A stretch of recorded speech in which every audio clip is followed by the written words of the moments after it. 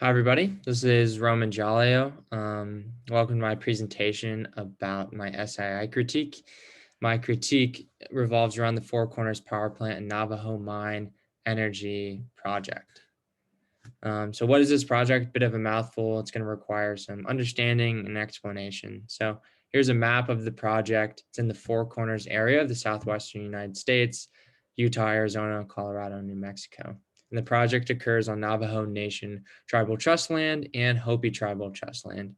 Basically, the project is a mine that provides coal to the Four Corners power plant, which then provides electricity to surrounding cities, Albuquerque, Los Angeles, Las Vegas, and Phoenix specifically. So pretty large coal and power plant operation providing electricity for some major metropolitan areas in the southwestern United States. And it's all occurring on the Navajo Nation tribal trust land, and some of the transmission lines occur on the Hopi tribal trust land. So context, this was performed by the Office of Surface Mine Reclamation and Enforcement. The process was initiated in 2011, completed in 2015, and it's in accordance with the Federal National Environmental Policy Act, NEPA, which we've been studying all semester. It's a long, arduous document, 1,600 plus pages without appendices and 4,200 plus pages with appendices. Long, arduous document, a lot of things discussed within it.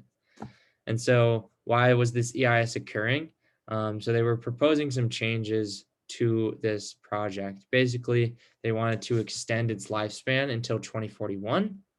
So they're renewing permits, renewing its lifespan, and they also want to open a new permit area, new mining area called Pinnabit Permit Area. So just a new mine that's occurring on Navajo land that's going to provide coal to the power plant. So two things, renewing till 2041 and opening up a new coal mine for the project. So what were some of the alternatives discussed? So when they did the EIS, they had a screening level analysis to choose what alternatives they were going to discuss in the report.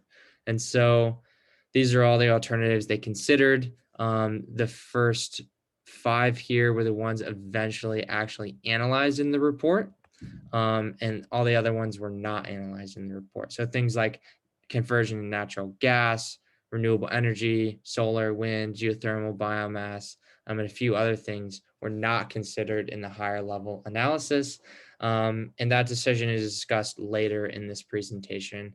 And just a bit of a foreshadowing is the report, or my report, and I believe that that was a shortcoming of this EIS.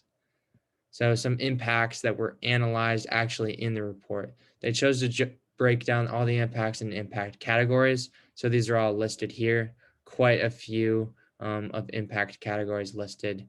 The ones I indicated as social impact specifically were cultural resources, socioeconomics, and environmental justice. And so those are the things that are going to be discussed in this presentation and that were discussed in my report. And so what was the final decision before we get into my critique and my suggestions for EISs in the future? Alternative D was chosen as the preferred alternative. And basically, this renews the project till 2041, opens up that, that Pinnabit mine area I was discussing, and the only thing that really changes is this second bullet point. It creates one large fly ash disposal cell rather than 7 smaller disposal cells with multiple access roads. So basically, it's putting the pollution of this large fly ash in one area instead of 7 different areas. So doesn't really have that much of an impact on the impact categories that I'm looking at. Doesn't really have that much of an impact on social considerations. And so the alternative didn't really do anything there. The no action alternative, they stated would fail to meet the purpose and need of the proposed action, and that the no action alternative was not preferable due to the socioeconomic impacts to the Navajo Nation and Hopi tribe, which I see as a controversial statement, and that'll be discussed in subsequent slides here. So getting into what I'm kind of getting at, foreshadowing what went wrong with this report. And so time to critique this report and critique this EIS.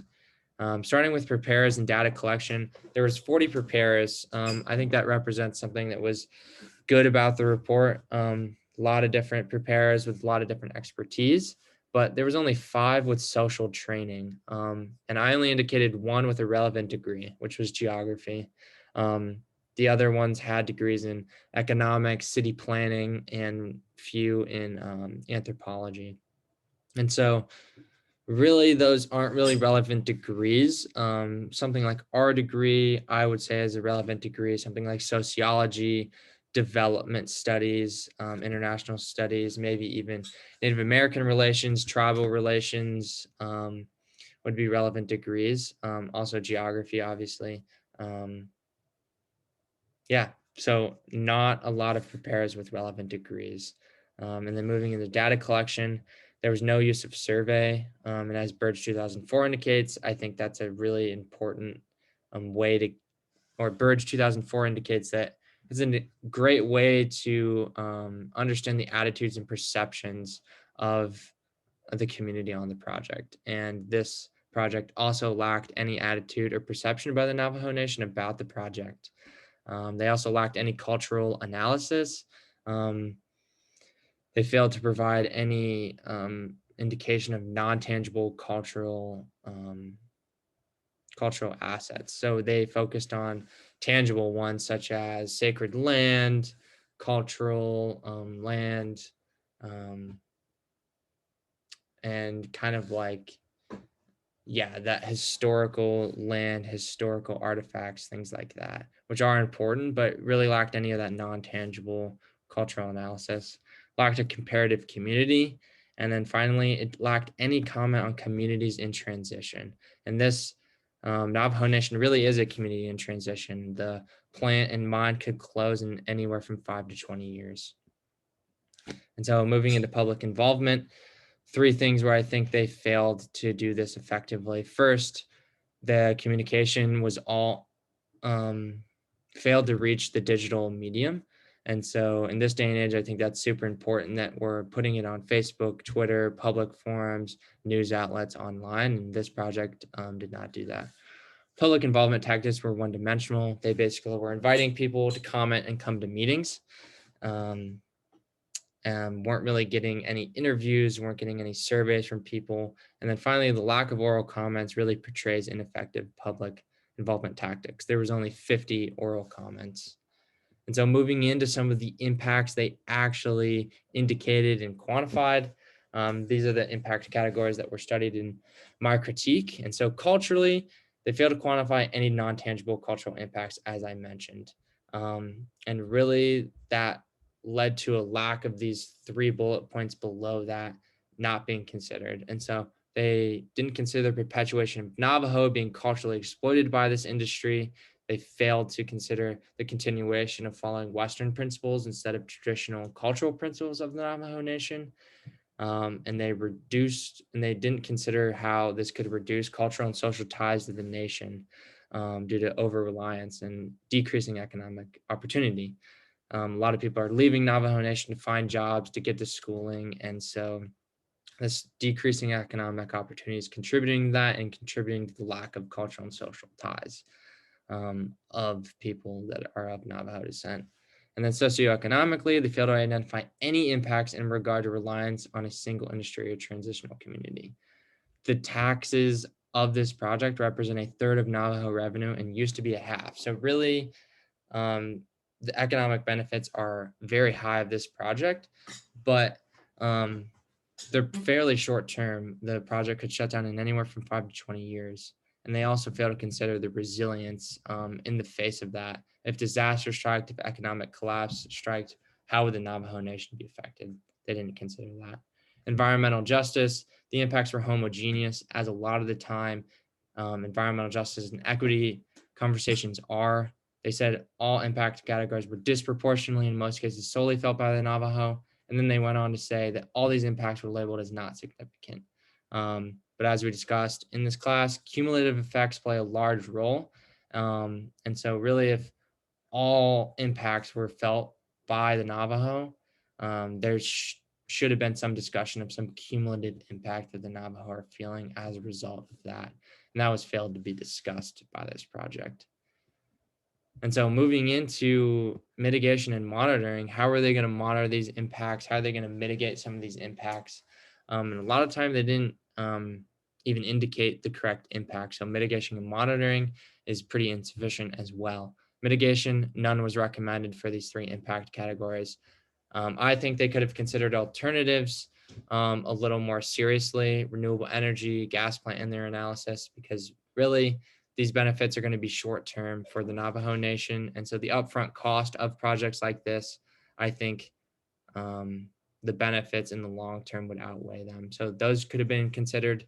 And if they weren't considered, then I think a mitigation plan needs to be set in motion that considers creating new jobs, new industry, training programs, transition funds, long-term investment, et cetera. And that was failed to be done. And I think that's critical for the Navajo Nation. And then monitoring, almost none was recommended in the whole report. They didn't really give any specificity about monitoring.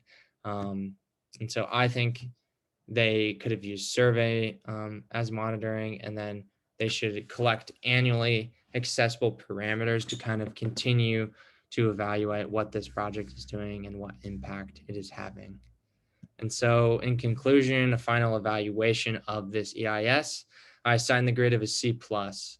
I think the quality and professionalism was apparent, obviously, as you'd hope, but it largely failed to follow SIA principles and failed to do a lot of things, including not having tantamount strategies, not having the right social science experts, making problematic assumptions, and discluding variables from their analysis. And so really the report was insufficient. And as was mentioned throughout the report, it didn't consider how this community is in transition, how the benefits are short-term, and how the Navajo Nation is being continued to be exploited culturally and socially as a result of a project like this. And so I think it deserves a passing, very, very average grade. But it was largely insufficient in supplying decision makers with a socially informed analysis that they could make decisions on for the Navajo Nation and make decisions about this project for the Navajo Nation. And so a largely negative review of this EIS. And I think that's important as we consider how we're thinking about communities in transition. Are we thinking about the right parameters, the right factors?